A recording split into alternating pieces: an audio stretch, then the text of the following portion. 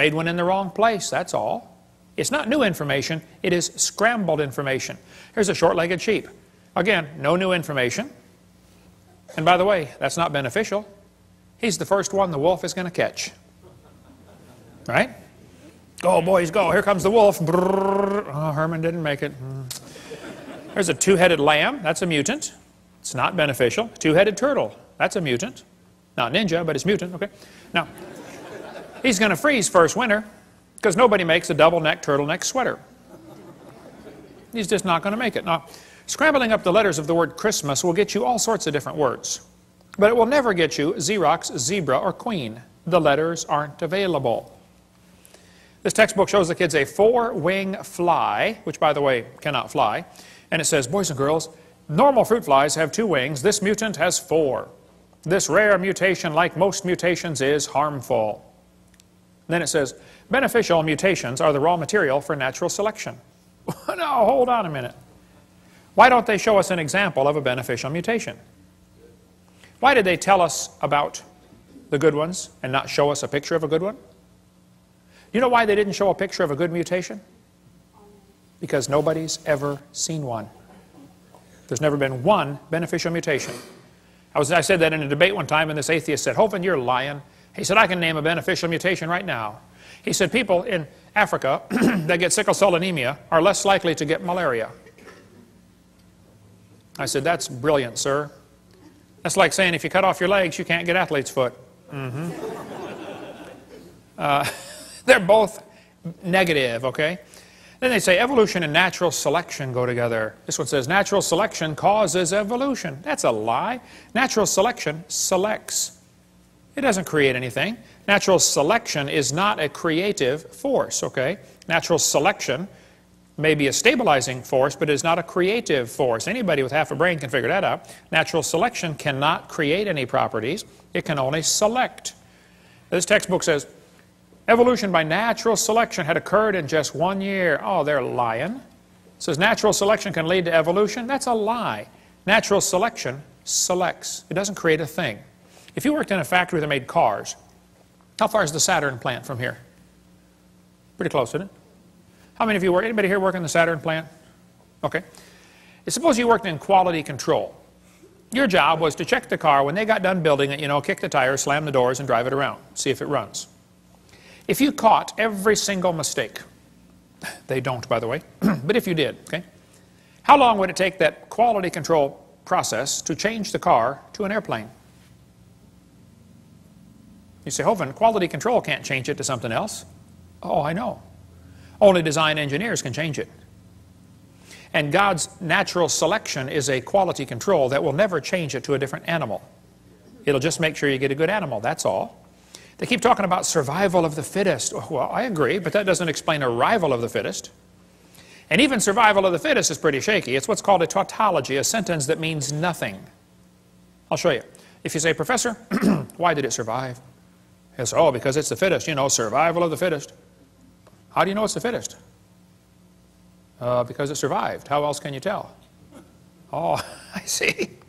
Look, if a whale goes through a school of fish and eats 80% of them, it's not survival of the fittest. It's actually survival of the luckiest. That's what's really going on out there. But some of these scientists have the ability to make amazing observations and still come to the wrong conclusion. One day a bunch of scientists were going to see how far a frog could jump.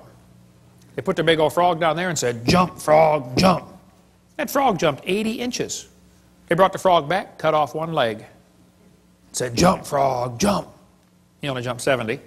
They brought him back, cut off another leg. Said, jump, frog, jump. He went 60. They brought him back, cut off another leg. Said, jump, frog, jump. He jumped 50 inches.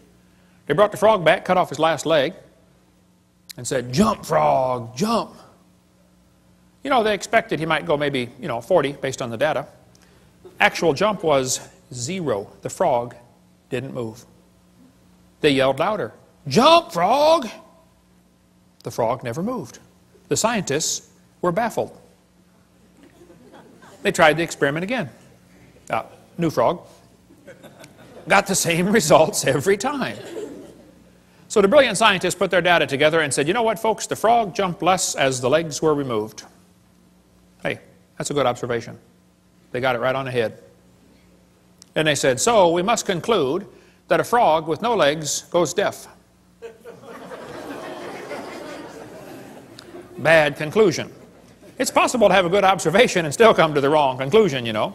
That's what they did with the fruit flies. They put them flies in the laboratory. They nuked them, microwaved them, x-rayed them. They did all kinds of mean things to those flies, and they got some weird-looking baby flies. They got flies with curled wings. They fly around, bzz, bzz, bzz, bzz, couldn't go anywhere. They got flies with no wings at all. What do you call that? A crawl or a walk? Can't fly. They raised all these mutated flies in the laboratory and said, you know what, folks, fruit flies refuse to become anything but fruit flies. Well, duh. So they said all mutations produce flies that were inferior to the original fly. Good observation. They said, so we must conclude that flies have evolved as far as they can go.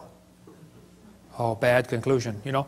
Maybe you could conclude that God made them right to begin with, and all you're doing is messing them up in your laboratory. They were doing fine till you guys got a hold of them. Yeah. And they say evolution's as fit as ever. Yep, fruit flies in the north have wings 4% larger than flies in the south. Well, that proves something to somebody somewhere, I'm sure. But it's still a fly, okay? Then they tell the kids, the peppered moth is proof for evolution. They counted the moths on the trees and found it was 95% light colored and 5% black. Then they burned coal in the factories and the trees turned black. And they counted the moths again. It was only 5% light and 95% black. The problem is the entire story is a lie. They glued dead moths to the tree to take that picture for your kid's textbook. It's right here. Where's this book used at, brother?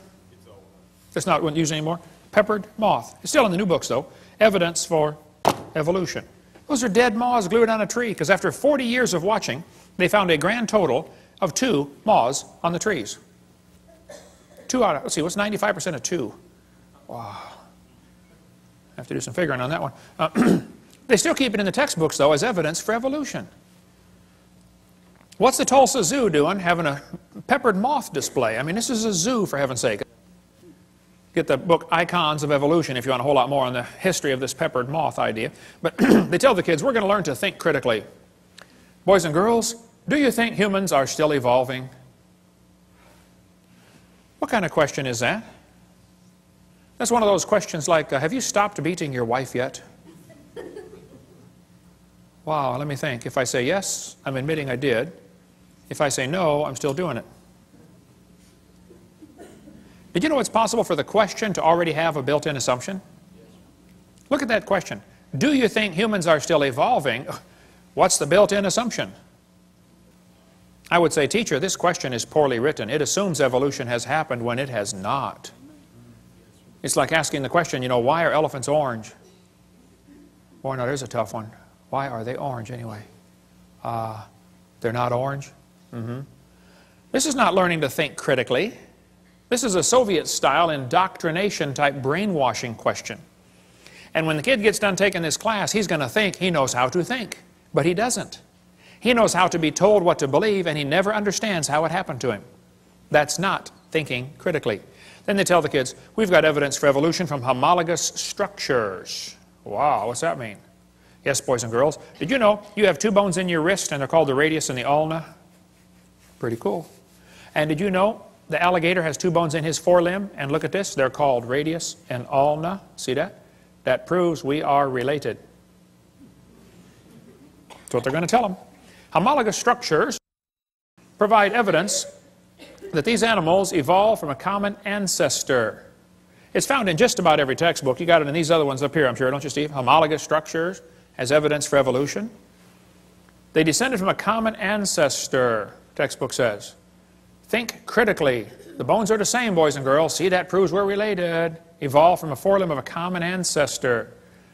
This textbook says, comparative anatomy provides further evidence of evolution. The commonalities suggest that these and other vertebrate animals are all related. They probably evolved from a common ancestor. This is a lie. They probably have a common designer. You know, the different bones in different animals come from different genes on the chromosomes. They're not homologous to begin with, okay? And even if they were, that still wouldn't prove common ancestor. Proves a common designer. The same designer made them all. Did you know the lug nuts from a Pontiac will fit on a Chevy? You can go out in the park.